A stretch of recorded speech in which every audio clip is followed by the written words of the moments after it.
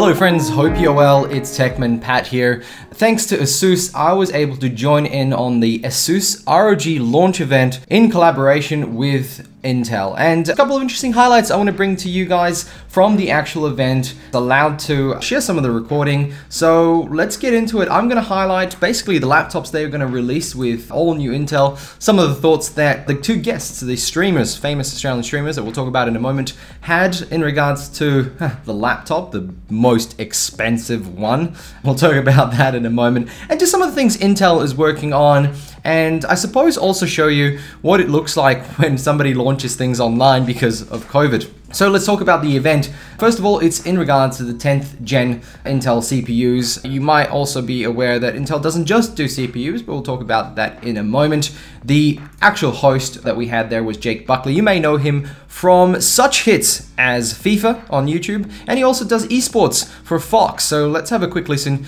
of his intro.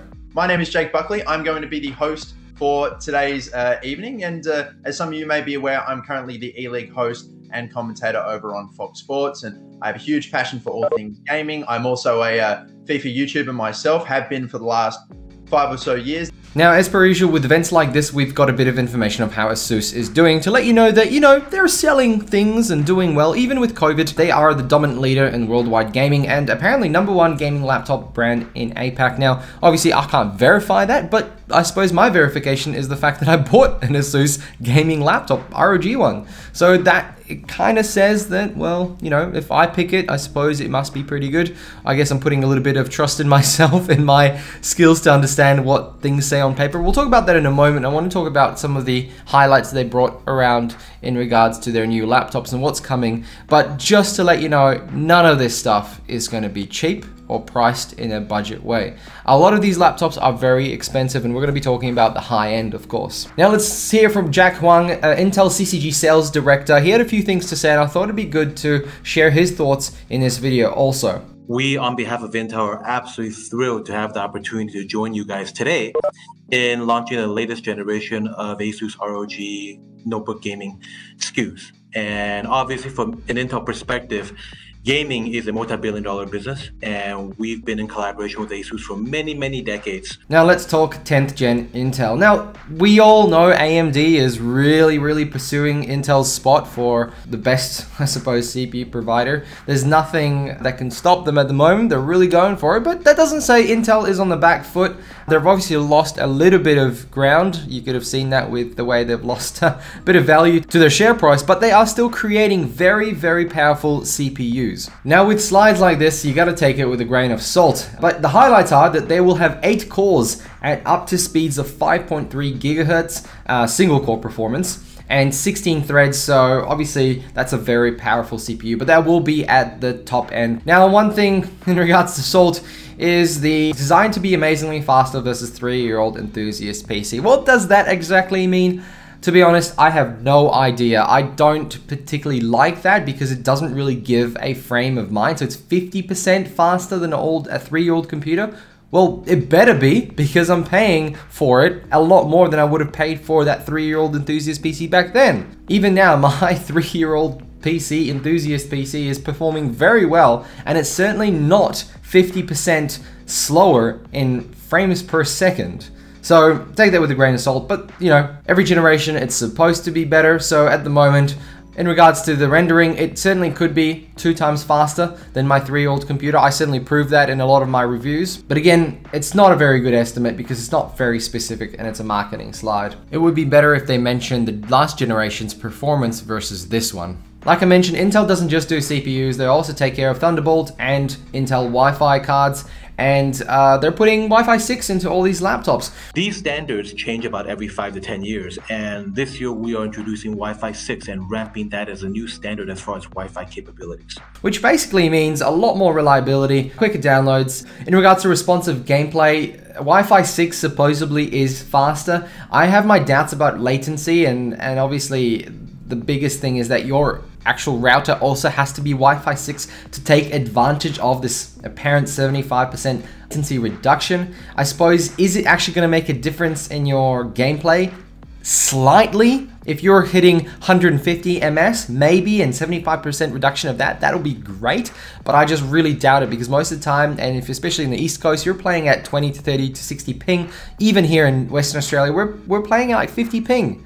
It's not an issue, and it's more likely you're better off actually just improving your internet speed and putting in a game mode on your router than using a different Wi-Fi. Now, I still recommend using wired for any gaming, but I have gamed on Wi-Fi 5 and it's fine. I've played first-person shooters on Wi-Fi 5 and it was fine. So 75%, I don't know. Now, this one caught me off guard a little bit. I think it was quite funny. The ROG Spirit. Let's have a listen to what the ROG Spirit actually means. You might be wondering, what is ROG Spirit? ROG Spirit was born from the cyberpunk concept. So this gives and enables the end user to have an enhanced identity and experience of the world. So it gives the end user freedom and creativity. So you will see our ROG Spirit in all of our products, technology, and also our key visuals.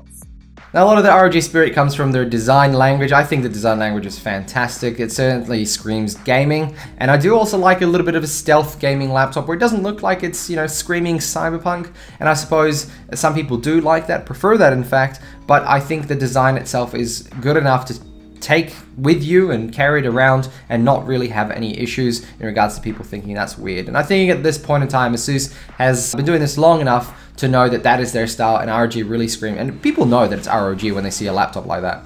Now let's talk about some of the highlights that this actually brings. So ultra fast memory. They're going to be using 3200 megahertz memory in all their, I suppose, i7 and above configurations, which is interesting. That, you know, does RAM really make a big difference?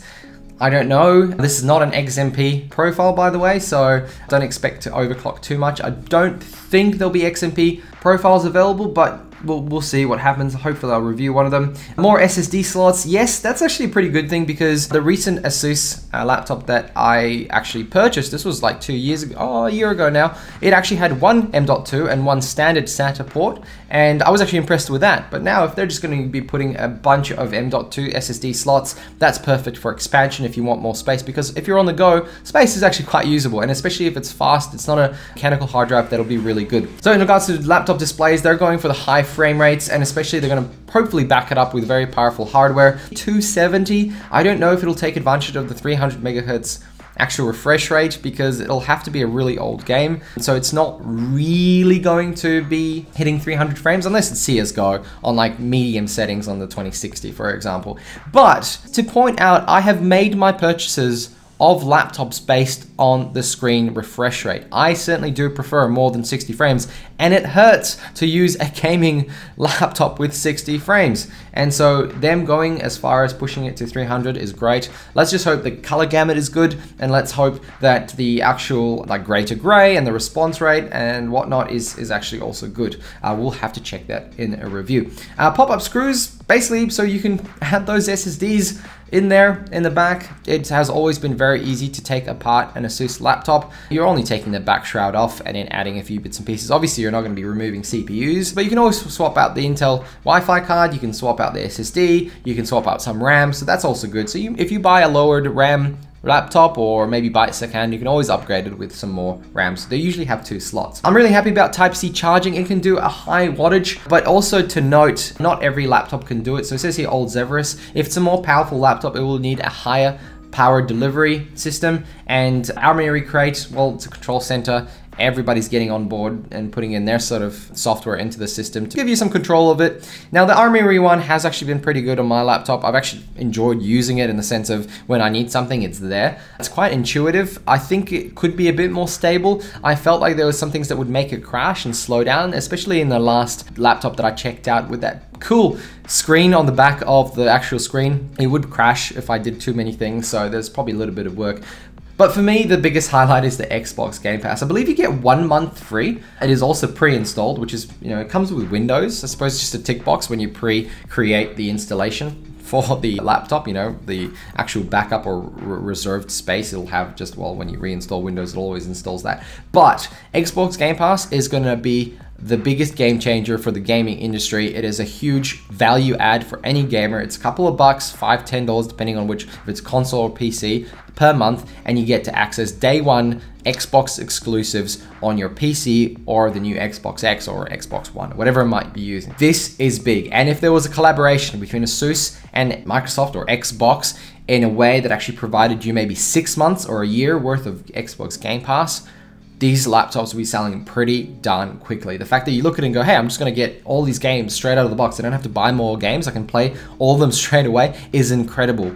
The value you get from this is just immense. So a partnership between Microsoft and Xbox and ASUS would be great. All right, let's talk laptops. They did a collaboration with BMW for the design. It seems to be quite popular, especially BMW. I believe there was a case a little while back that I actually owned that was created with BMW. People hated the look of it. I actually loved it. It is a love-hate relationship with these things, you know, if you don't like the way it looks. One thing I will note that having the power button and a lot of the extra cables on the back is actually a really good thing, and I prefer that than having it on the side, because what do I usually put on the side? Maybe a cup of hot Joe or maybe a mouse on the right hand side. So I prefer a lot of the power, Ethernet, or HDMI to be on the back, and you can see here that it's on the back. Now most of these laptops will come with an i7 and up to 32 gigs of RAM, 1 terabyte of PCI 4 SSD. I believe that'll be RAID 0 on some of them, so RAID 0. 300 megahertz refresh rate, we talked about that, and that's the response time, so 3 ms, that's not too bad at all. Most of the time you have to understand the response rate isn't actually really 3 ms, it actually depends from what pixel you're going to. So if you're going for a very light pixel, like let's say white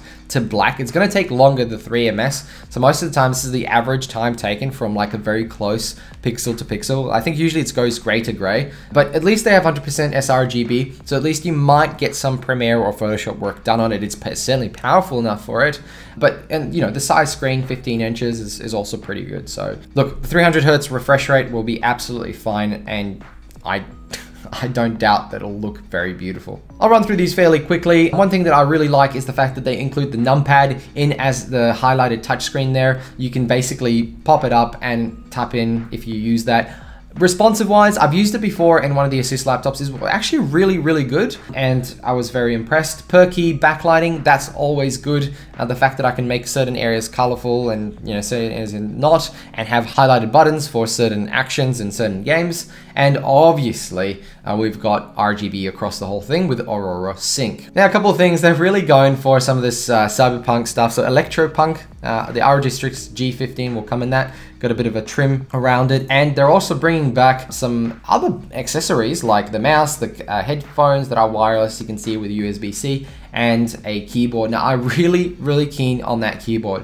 I think it looks sick. That looks great, and I'm really keen to check it out. I might reach out to ASUS, see if they can send that for a review. And let's start with the Zephyrus M15. All right, it'll have a Core i7 and RTX 2070, 1 terabyte SSD, but I believe that is one SSD, but with 2 slots, so you can put 2 512s in there to make RAID 0, and then up to 48 gigs of DDR4 RAM. That is pretty darn impressive. And look, this form factor is actually probably one of the most stealth looking gaming laptops, and I think that's really cool. What's not cool is that it comes with a 4K 60Hz screen, Adobe RGB 100%, and 81% screen to body ratio, so it means the bezels are really thin, which is pretty cool. And I have to say, this is probably more for your adventurous gamers, those that don't need to compete. This is more than likely a laptop for you. I would still prefer a higher refresh rate, like 144 and up. All right, Zephyrus GX70. This is the 17-inch laptop with liquid metal cooling. So with collaboration with Intel, they've actually included liquid metal instead of just normal thermal paste, and it's apparently gonna give you better thermals. And for a laptop, that is actually quite meaningful, but I have to admit, ASUS's thermal dissipation construction has always been very good. This one comes with an 8-core, 10th gen, i7, 2080 Super, fantastic, up to 48 gigs of RAM. I still think 16 is fine at the moment for most gaming laptops. I have 32, but I also do a bit of video editing, so maybe 32, go with that. And up to 1 terabyte of storage. Now, as you notice, the laptop is structured a little bit differently. It has no keyboard at the top. The keyboard has been moved down to the bottom with the touchpad there at the side there. So left-handers, be aware, this is probably not the laptop for you, but it has a 300 Hz refresh rate. and that is impressive, and it is 17 inches. This would be a laptop I would suggest to anybody who is getting just want to get one gaming device and that's it. They just want to have that and wants to be portable. Maybe they're a student and they want a game and they have a bit of money. We'll hopefully get to review this one too. It has G-Sync and it is IPS, which makes the colors just awesome. I'm currently using an IPS monitor and I have to say IPS is certainly the way, but I'm also going to review a VA monitor, so stay tuned for that. Let's talk about that keyboard a little bit more. Yes, it's still a left-hander's nightmare. It has a fingerprint reader and it's got the numpads there that highlight on the keypad. The mouse pad is a bit small, I would say. I'd prefer a bigger one, but again, in this form factor, the way it's designed to allow more powerful components in the top is the reason why that's like that. This is certainly not a laptop that you can use on your lap. That's just my thoughts. It'd be hard to use. It'll be so top heavy that it'll just tip and it'll fall and whatnot. So my suggestion is probably it's going to be something that you sit on your desk and use with maybe even an external keyboard or a mouse. Definitely a mouse. All right, Zephyrus S15 GX 502. Highlights for this one is again i7 2080 Super, up to 32 gigs instead of 48, which is interesting, but it does have that 300 megahertz refresh rate and G-Sync support. And look, overall, I think it just looks really, really good. This laptop will be more likely what people choose. Keyboard has been placed in the right place, I suppose the place that it's usually in, and so on. And of course, the biggest laptop of the day, the Zephyrus Duo 15 GX 550. Rise to new horizons. Now, this is a unique laptop. This is one of those things that just screams money, of course, so it's very expensive, but it has a very unique design that makes it, prices it reasonably in the sense of nobody else is doing anything like this. So you remember that some laptops from ASUS, when you open up the actual cover, it lifts the bottom of it to give it more airflow. Well, this one does away with that and lifts up that second screen. Now, this is the gaming version of the Duo that we looked at a little while back.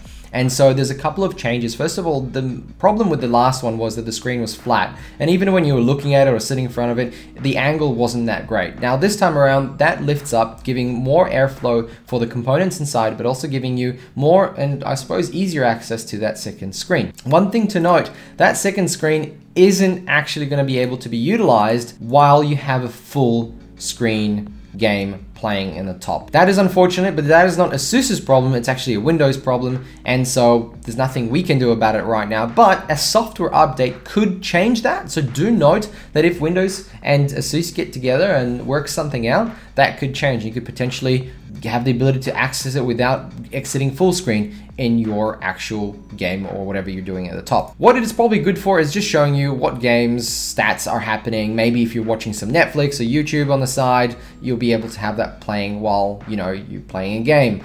The good thing about it is basically you don't need a second screen because most of the information is right in front of you. You can flick back through it. You don't need to buy a second monitor and have it connected. And of course, the performance hit isn't major at all because this laptop is very powerful. Now, I'm very impressed and very keen to check it out as a gaming device, and I can't wait to see that 300 Hertz refresh rate.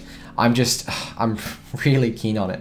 So overall, I suppose this laptop has quite a few unique bits and pieces, and we actually got to hear from two famous streamers who had things to say. So first of all, we had Elliot Watkins, and he basically said, yep, that second screen is a dream come true. It's a game changer because as a streamer, you want to see some chats, you want to see some stats, and you want to see maybe something else that's on screen or how you're controlling OBS, whatever streaming software you use, and while you're gaming. So this is a perfect solution for a streamer, maybe on the go, maybe at home, maybe you're starting off, or maybe you don't want to buy these massive devices. Obviously, you still have to have a microphone and headphones, but that second screen is certainly helpful.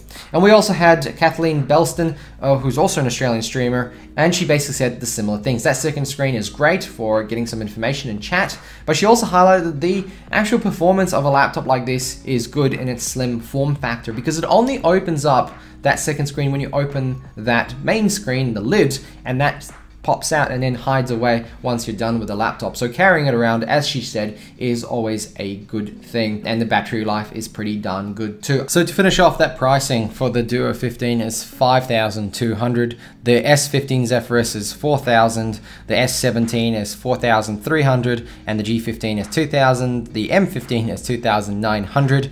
and the Strix Scar is 3,200. These are not cheap laptops, but hopefully we'll see how that goes, and I'm really keen to check it out. I honestly cannot wait to see the actual Duo 15. That just looks like a beautiful laptop, but I'm hoping to see if that second screen is not a gimmick. Obviously these two streamers have said that it's not, and they like it a lot, so I'm hoping that that's the truth. And thank you very much for watching. Hope you enjoyed this video. Hope you learned a little bit about what ASUS is up to, and let's wait for the review of the Duo 15. But do let me know in the comments below if there's any laptop that you'd actually consider buying out of this lineup that you saw announced today. Thanks for watching. Like and subscribe. Let me know in the comments what you think, and I'll catch you in another one. Bye!